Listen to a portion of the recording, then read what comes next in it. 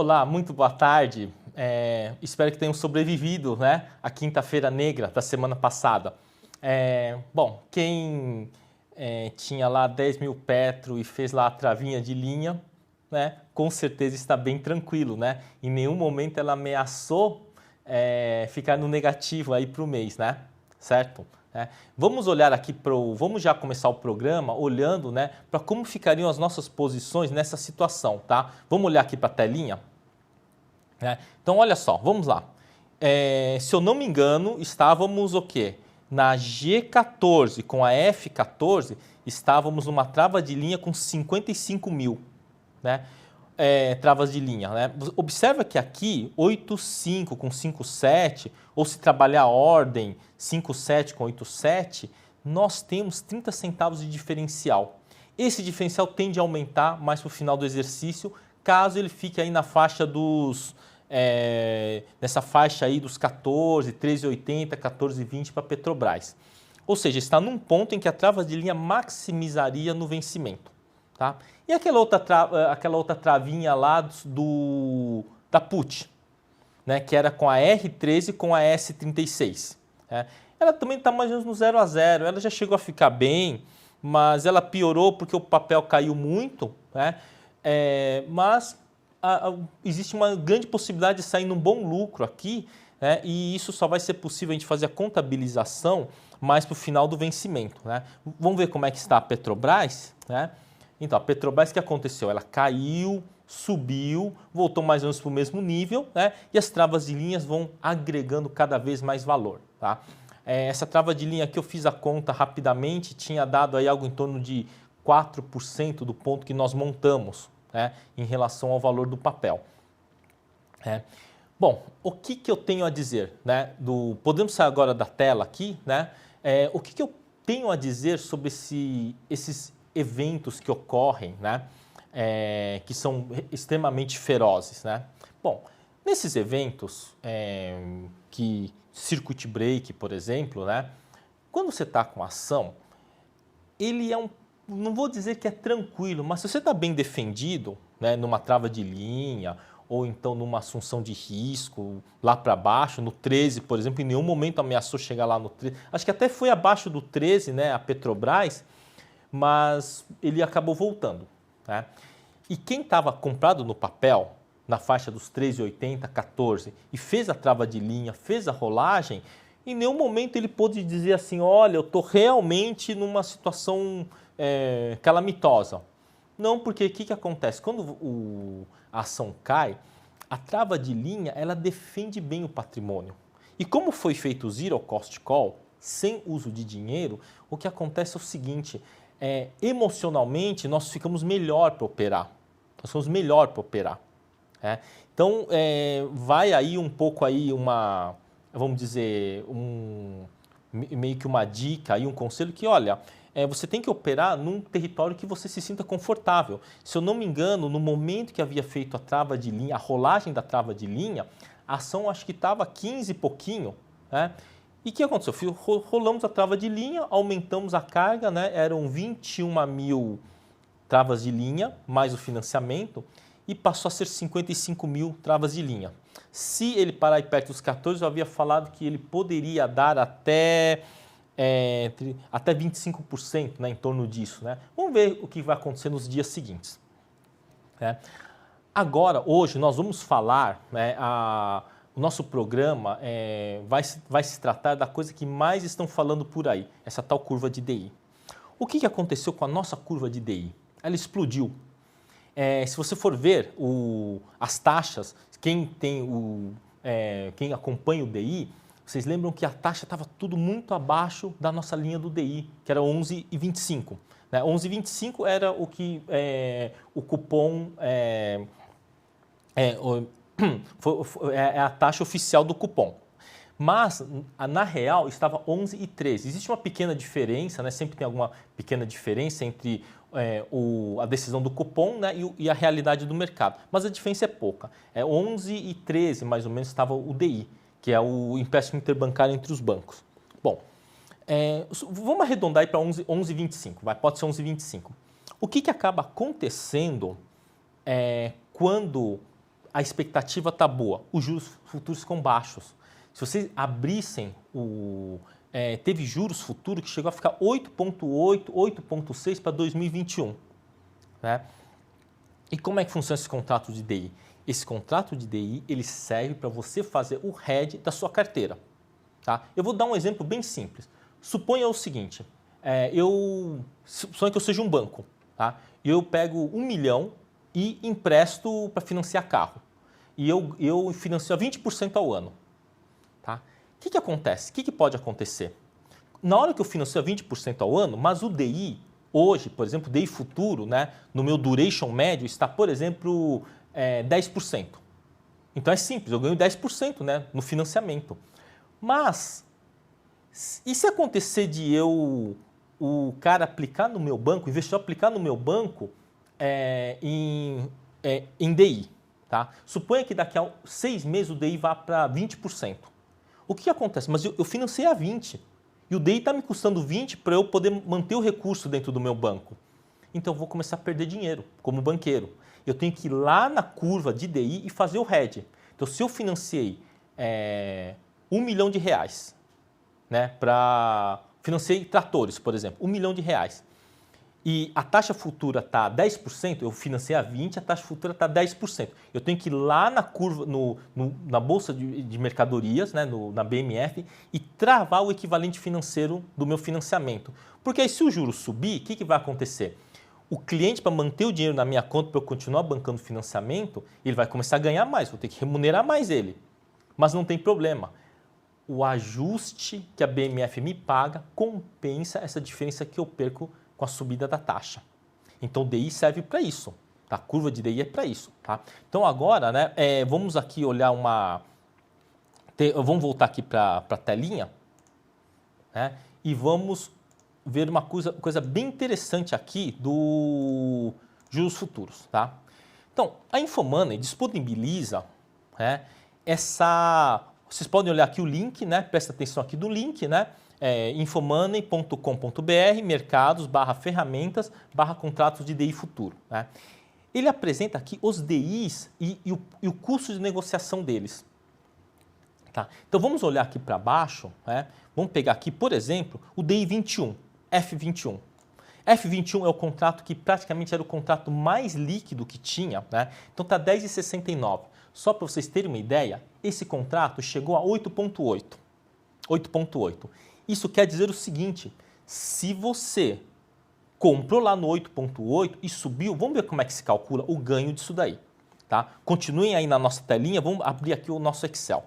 Eu vou pegar aqui no Excel, né? Olha, infelizmente o tempo do programa ele não é tão longo, então não daria tempo para eu pegar e explicar como que é feito passagem ponto a ponto para formar essa planilha. Tá? Mas vocês têm lá o meu e-mail, quem se interessar pode mandar um e-mail para mim, eu passo essa planilha. Tá?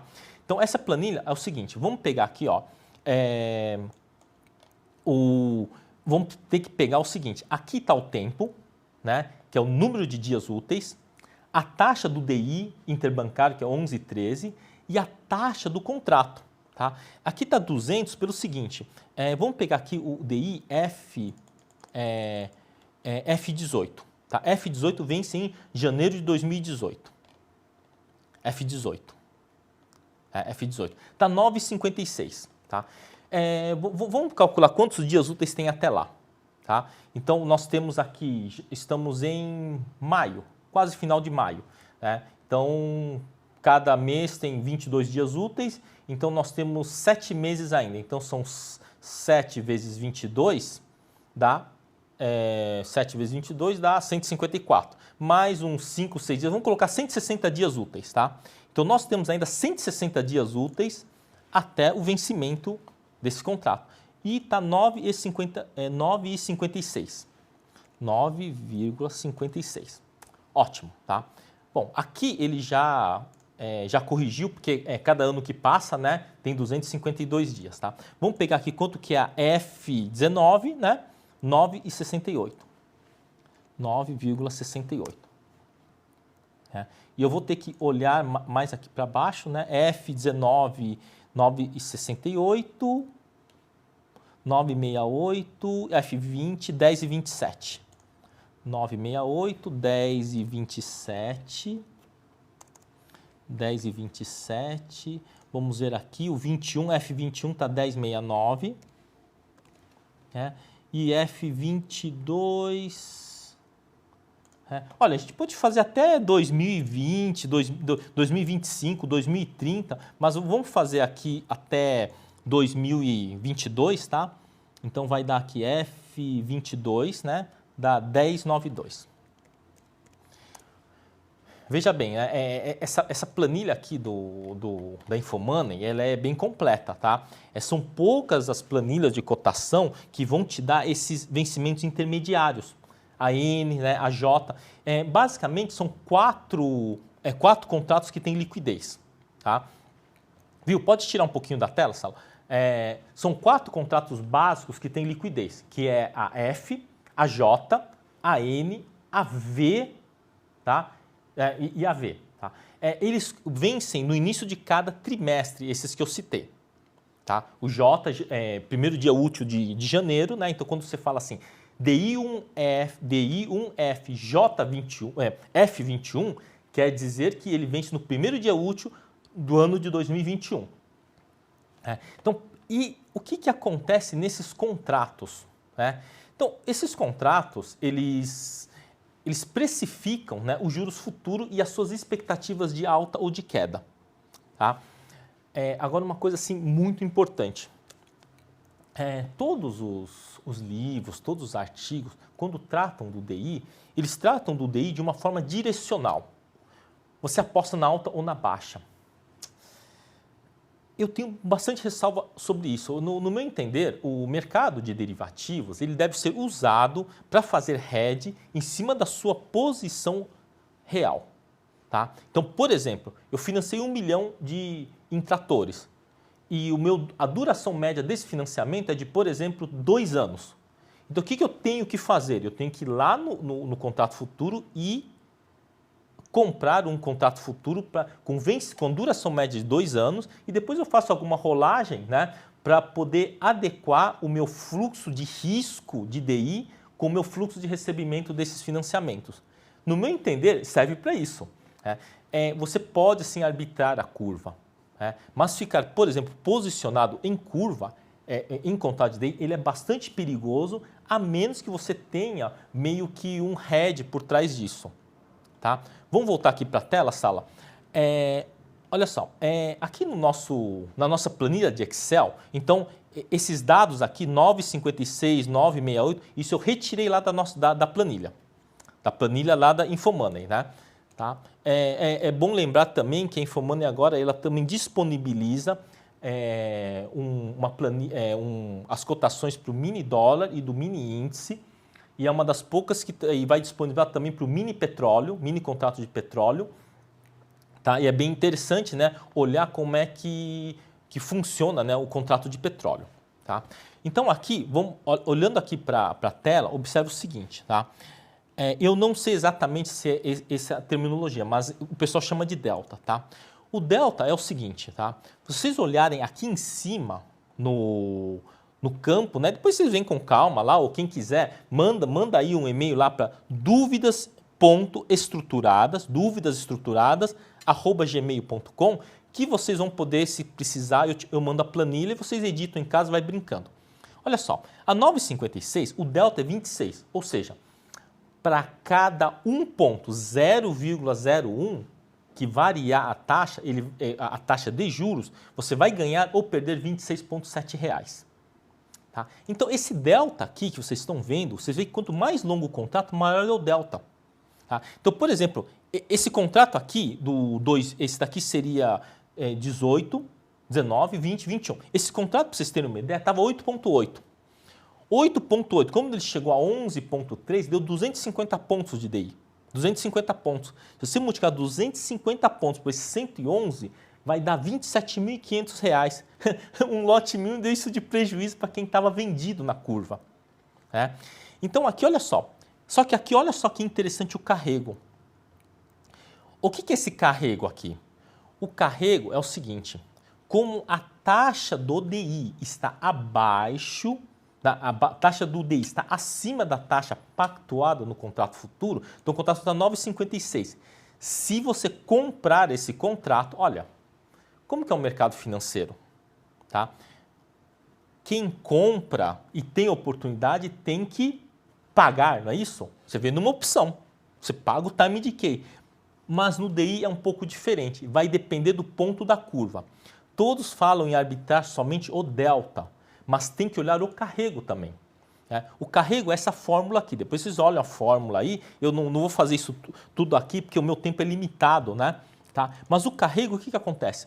O carrego é de R$26, ou seja, cada dia que passa, você ganha R$26 se você tiver comprado nesse contrato de carrego de tempo. Tá? Agora, se, por exemplo, você comprar e essa taxa cair, aí você paga o delta de 26. Então, vamos supor, cai 5 pontos, né? Você comprou 9,56 e cai para 9,51. Aí você vai ter que pagar o carrego. Né? Tipo assim, você tem um ajuste negativo, né? Você tem um ajuste negativo, né? Mas você ganha carrego. E se você comprar a taxa e ele ficar parado durante 10 dias, você ganha R$26 por dia. Tá? E aí isso daqui é diferente em cada contrato. Né? Bom, como é que se faz operação com isso daí? Como é que se faz operação com isso? Olha, aqui não há arbitragem a ser feita que compense. Não há arbitragem a ser feita que compense. Tá? Porque essa curva, como é que ela está? Ela está ascendente. Mas eu vou colocar aqui outros valores que estavam mais ou menos em 2014, tá? Então estava mais ou menos assim, né, as curvas. Então estava mais ou menos aqui, tipo 14, 13,5, 13, 12,8, 12,5. Estava mais ou menos assim a curva. A curva estava mais ou menos assim. Olha só que o carrego é negativo para quem compra. Então, se o cara quiser fazer algum tipo de operação, ele não dá para ele tipo comprar a seco ou vender a seco. O que poderia ser feito aqui? Observe o seguinte aqui, o delta. Então, esse daqui são os delta. Você tem que ajustar o delta, que seria a derivada. Então, suponha que você tivesse feito o seguinte. Vamos pensar que eu quero ganhar carrego, então eu tenho que ficar vendido naquelas que tem um carrego alto. Então suponha que eu pego e falo assim, então eu vou fazer o seguinte, eu vou vender 3 contratos desse, ou vou vender 5 contratos desses, tá? 5 contratos desse daqui, né? Aqui seria o quê? O DI1F18, tá? DI1F19, DI1F20, DI1F21, DI1F22. Tá? Então eu vou fazer o seguinte, se fosse o caso, né, você tem que ajustar o delta. Então isso daqui está mais uns 5 para 1. Então vamos supor que eu vendi 5 contratos desses e comprei um desse. 5 vezes isso dá 130 e pouco. Então não tem problema. Ele está mais ou menos justo, 5 para 1. Quer dizer, enquanto esse 14 com esse 12,5, se a taxa variar, não tem problema. Desde que essa abertura de 150 pontos, né, de 14 para 12,5, não oscile. Então, eu estou trabalhando a abertura de curva. Então, você vai ajustar aqui os deltas, você vende 5 desses e compra um desses. Mas só que aí tem uma coisa, quando você vende 5 desses, quer dizer, para quem compra o carrego é negativo. Então, para quem vende o carrego é positivo. Então, eu vou ganhar R$230 por dia de carrego nisso daqui, e eu vou só pagar 14, porque eu tenho que estar comprado nesse. Eu estou vendido nesse em delta e comprado nesse daqui. E aí você trabalha a arbitragem de curva. Tá? Bom, a gente pode sair um pouquinho aqui da tela. Pode sair um pouquinho da tela, né? Então, olha só, o DI ele funciona assim. Você vê que eu mudei a taxa na situação que estava em 2014 e o que está agora depois desse estouro. Né? Você vai observar o seguinte, que não é só você ficar vendido. Por quê? Porque se você ficar só vendido ou só comprado, se fosse ficar comprado na situação que estava antes, você estava pagando muito carrego. Você estaria pagando muito carrego. E aí o que acontece? Por mais que a curva caia, se você está vendido numa situação em que o carrego é positivo e você está vendido, você paga carrego. Aí você fica pagando o carrego, então por mais que a curva caia, o seu carrego pode matar o seu lucro. Tá? Eu fiz um cálculo, quando nos momentos mais baixos que o DI estava, chegava a situação em que a taxa, para você ganhar, teria que cair 125 pontos na reunião do cupom. Ou seja, isso considerando que tudo ia dar certo, né? Aí dá alguma dor de barriga, você começa a perder. Então o DI, vamos voltar aqui para a tela, né? Eu vou dar uns exemplos de como que são as curvas, né, de DI em outros tipos de curvas de DI, tá? Então essa primeira aqui, essa curva que eu estou mostrando aqui, curva de cupom zero, tá? Isso daqui é o seguinte, vai depender de onde está o cupom. Essa curva é onde estava em 2014. Tá? Só que aí o cupom estava mais nessa linha aqui de 12. Tá? Então olha só, né? Vamos só olhar para essa curva que está 2014. Né? Olha só, então onde está a mãozinha aqui, né? Olha, eu não sou muito bom com negócio de computador, não sei fazer muito negócio de efeitos gráficos, mas funciona mais ou menos assim. Vamos supor que a linha estivesse aqui no 12. Então, quando está no 12, é o seguinte, aqui está acima do 12, quem compra o contrato paga o carrego do tempo. Aqui embaixo, abaixo do 12, né, se a linha está no 12, quem compra recebe o carrego do tempo. Tá? Aqui em cima, quem vende ganha o carrego. E aqui embaixo, quem vende paga carrego. Então, a situação é que estava todo mundo pagando o carrego. Bom, vamos procurar uma outra curva, né? Pegar uma outra curva aqui, né? Só para exemplificar. Eu sei que isso é uma coisa assim, nossa, às vezes parece até muito chato, né? Mas é interessante que você entenda, né, como é que funciona a curva. Vamos pegar essa curva aqui, por exemplo. Então, essa curva aqui é uma curva americana, mas suponha que a sua taxa, tá? A sua linha de taxa, por exemplo, se estivesse aqui, por exemplo, no 4. Ou aqui, no 3 é alguma coisa. Então, qualquer ponto que você compre aqui, você ganha carrego. Você ganha carrego. Então, como é que estava a situação do nosso DI? Estava mais ou menos assim. O DI estava 11 uns quebrados e aqui o DI mais alto chegava a 9,7, 9,8. Então, era uma situação que o custo do carrego era muito alto para quem está vendido. Então, para quem estava comprado, era vantajoso. Né? Vamos voltar aqui. Então, vamos pegar como é que estava a situação quando... um pouquinho antes, né, do que aconteceu. Tá? Então, aqui estava 10,5, 9,5, 8,9, 8,8, 8,6. Eu acho que estava assim, né?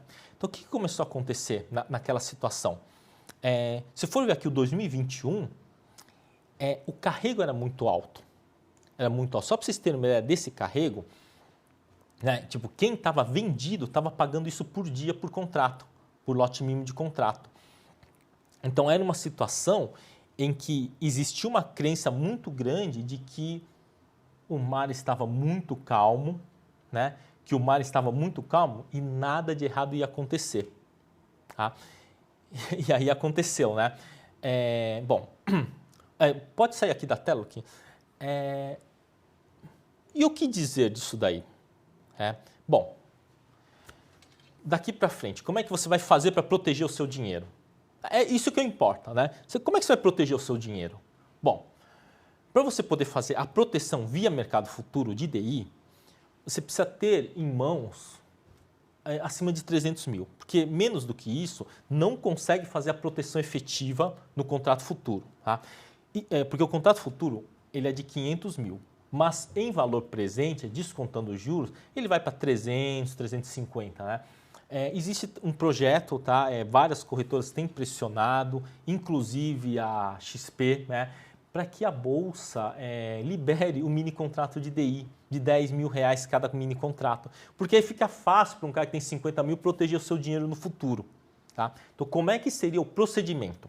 Tá? Então, suponha que você está em LFT. Você está ganhando o DI.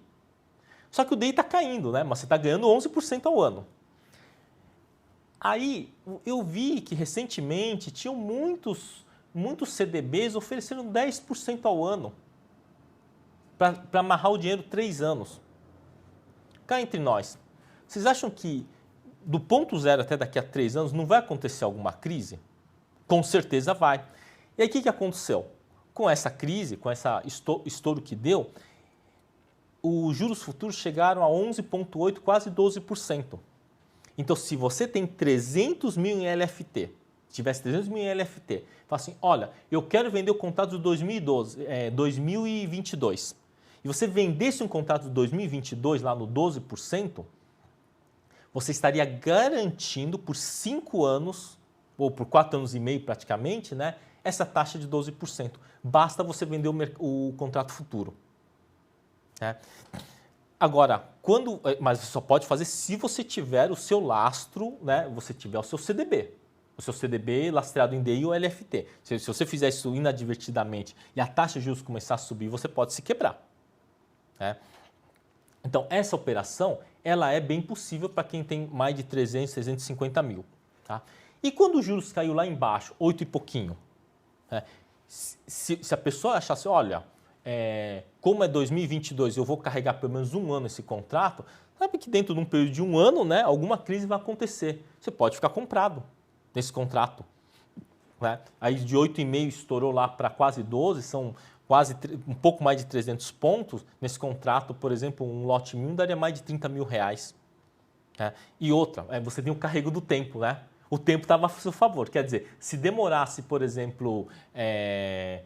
quando estava quase 8,5, o carrego né, do tempo estava mais ou menos uns 40 reais, você recebia 40 reais por dia de time decay enquanto não subisse. Mas essas operações só pode fazer, ou você tem o lastro né, em CDB e você está aceitando aquela taxa. Não pode fazer como se fosse uma aposta em opções, né? Porque o risco é muito grande, porque o lote é muito grande. E agora aí tem algumas perguntas, né? E eu vou ter que responder, né? Houve quem perguntasse, mas, apliquei num fundo, o fundo caiu 15%, no dia seguinte os juros voltou a cair e o fundo não se recuperou. Né? O que aconteceu? Né? É que a BMF ela é completamente diferente da Bovespa, em termos de ajuste. Tá? Na Bovespa, vamos supor o seguinte, eu comprei uma ação e vendi uma opção. Comprei a Petro lá no 14, fiz a trava de linha, não importa, eu fiz a minha operação. Ele me chama uma certa margem.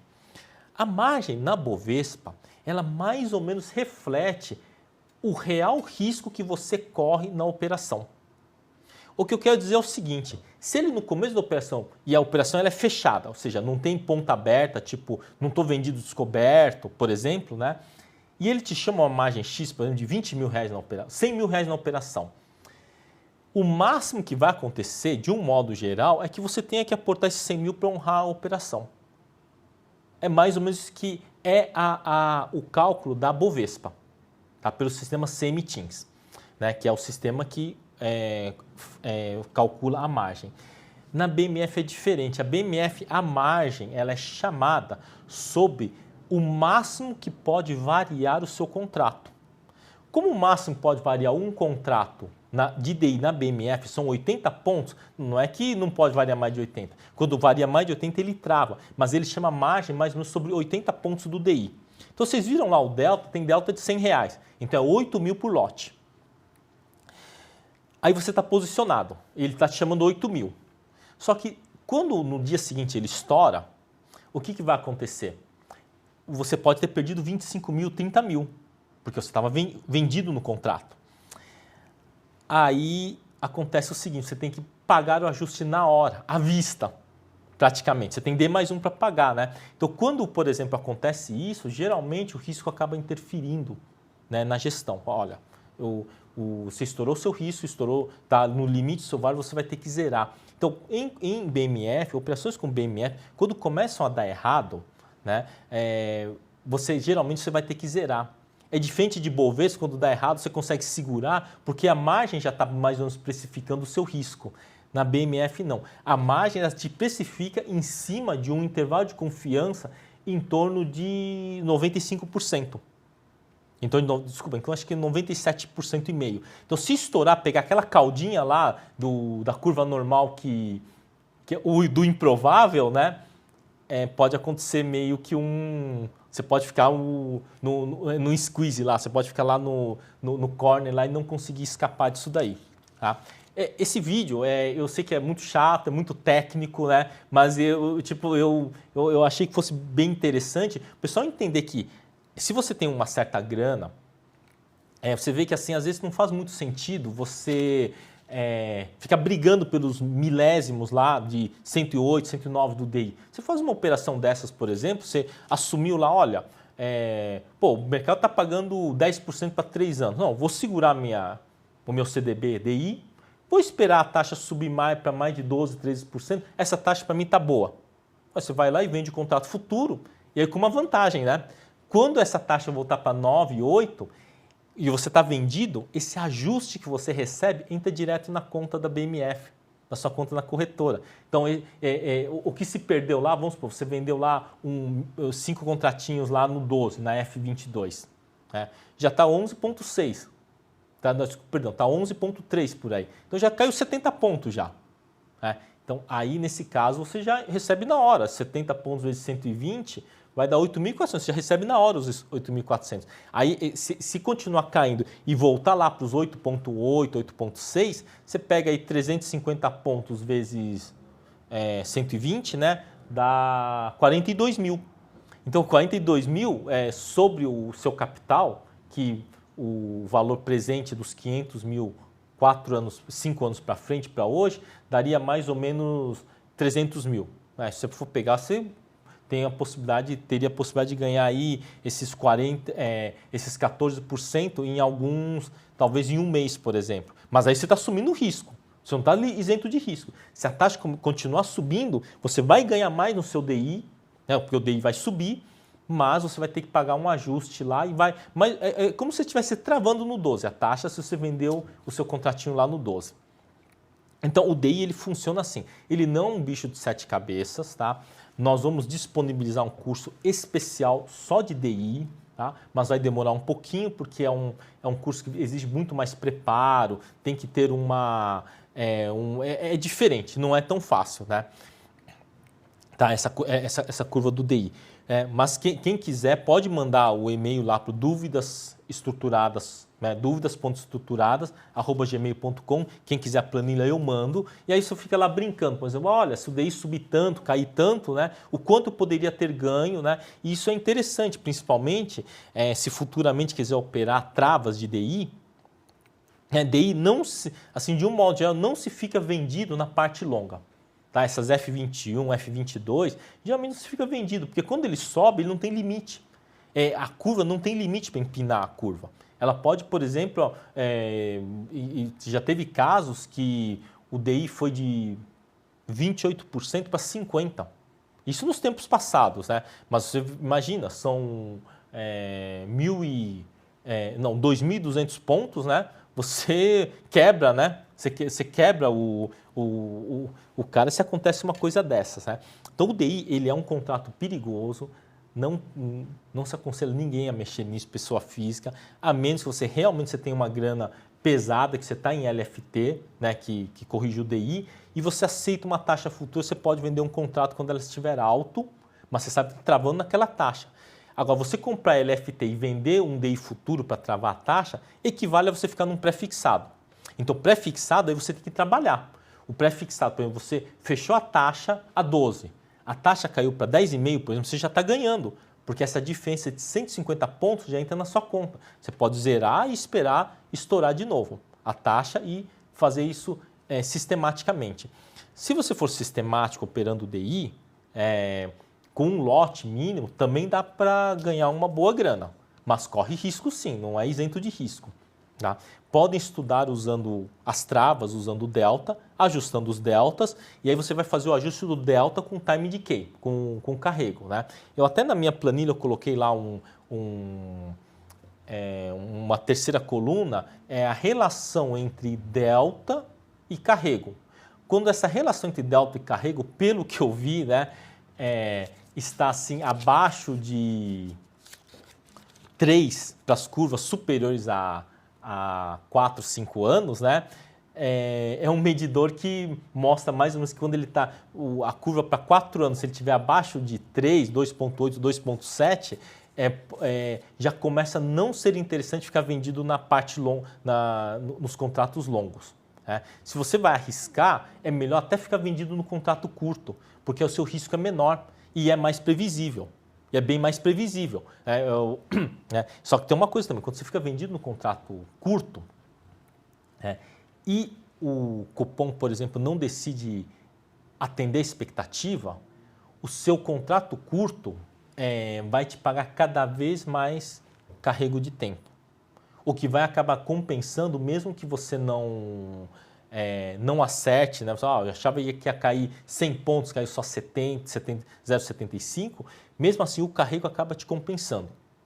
Agora, quando você está realmente posicionado no longo, é muito arriscado ficar vendido. É melhor você ficar comprado.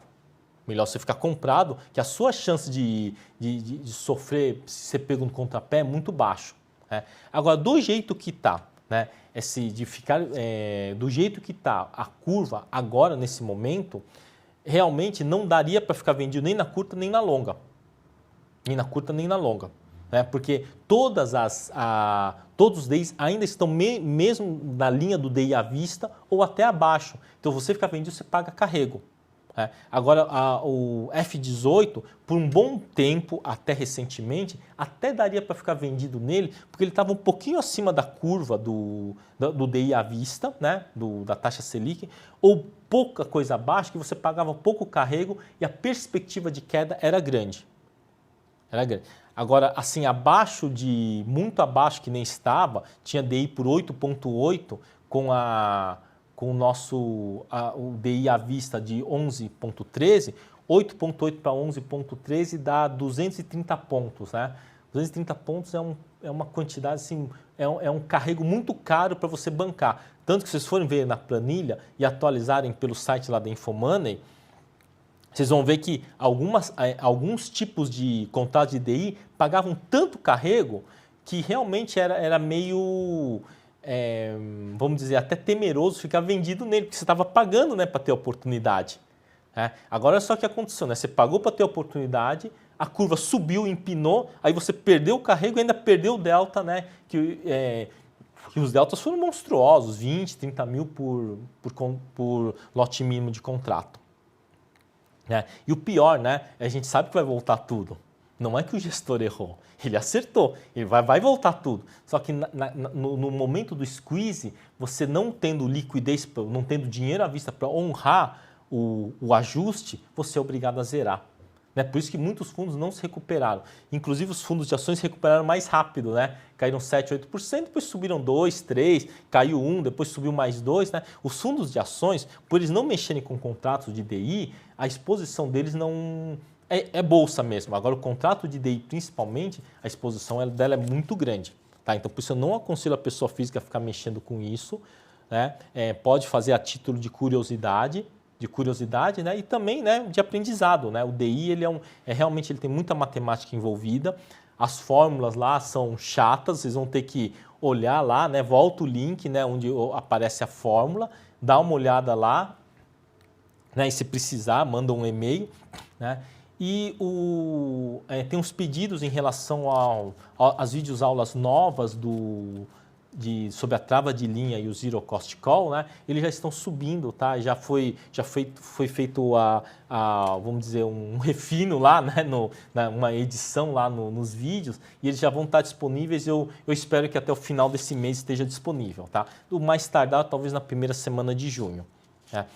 Quem comprar o curso agora, as estruturadas, né, vai receber o curso antigo, mas essas 4 videoaulas novas, em relação às operações que estamos fazendo aqui, já vão também estar disponíveis.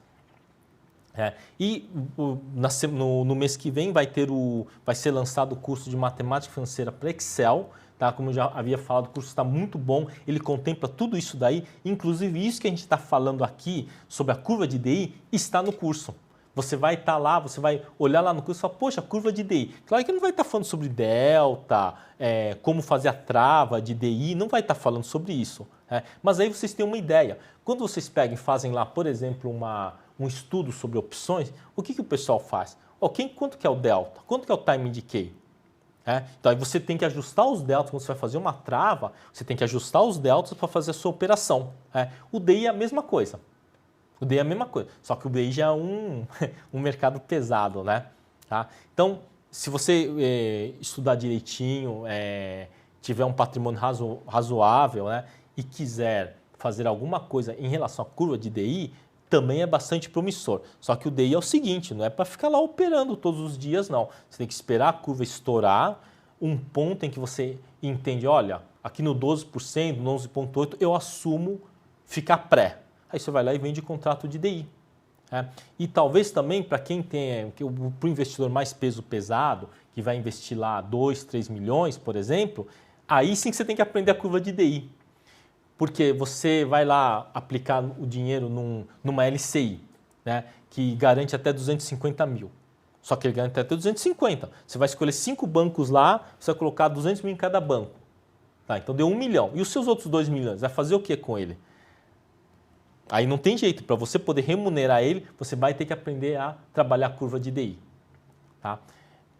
Bom, eu vou agradecer primeiro ao pessoal aqui da Infomoney, né, que sempre me dá apoio, né? Eu sei que isso daqui, olha, eu já trabalhei em outros lugares, eu tentei falar sobre o DI, ninguém deixou porque falou que é muito complexo, né? Aqui o pessoal deu um maior apoio, não, vai lá, vê o que você consegue explicar sobre o DI, que isso é importante para a educação financeira do país, que é um compromisso da Infomoney, né, com você que é nosso telespectador e também um leitor do nosso site, tá? E outra coisa não adianta você tentar ser um plantador, você tem que ser um agricultor. Você não pode ser um plantador, que eu digo o seguinte, plantador é aquele cara que planta batata independente da batata tá caro ou tá barato, tá? O agricultor não, é aquele que vai lá, o que é um agricultor? O agricultor é o cara que vai lá, o que está caro? Então, é soja que está caro? Então, vou plantar soja e já vou vender no mercado futuro. Esse é o agricultor. Plantador é aquele que só sabe plantar uma coisa. Operar é a mesma coisa. Não adianta você falar, eu só opero petróleo, eu só opero DI, eu só opero, sei lá, opção de vale, eu só opero strangle de, sei lá, né, de bova. Ou então só faço straddle de YouTube. Olha, você até pode fazer isso, você pode se especializar, mas quem é investidor é bom saber, né, ter um conhecimento mais razoavelmente amplo dos mercados para ver que mercado que está bom. Você vê, por exemplo, o mercado de DI, historicamente ele teve o quê? No máximo 2.500 negócios por dia em cada contrato. Hoje tem 15 mil. A liquidez é monstro. E muito provavelmente o que a gente estava fazendo lá com uma borboleta, uma trava de alta, uma trava de baixa, um condor, né? É possível de fazer isso nos contratos de DI. Ainda mais agora que está com uma liquidez muito boa. Tá? Obrigado pela sua audiência. Aguardo vocês daqui a 15 dias. Eu vou tentar o mais rápido possível colocar o vídeo, né, a entrevista, né, que o Thiago Salomão vai fazer sobre a curva de petróleo. E tivemos alguns problemas internos aqui, mas logo terá entrevista. Tá? Muito obrigado pela sua audiência.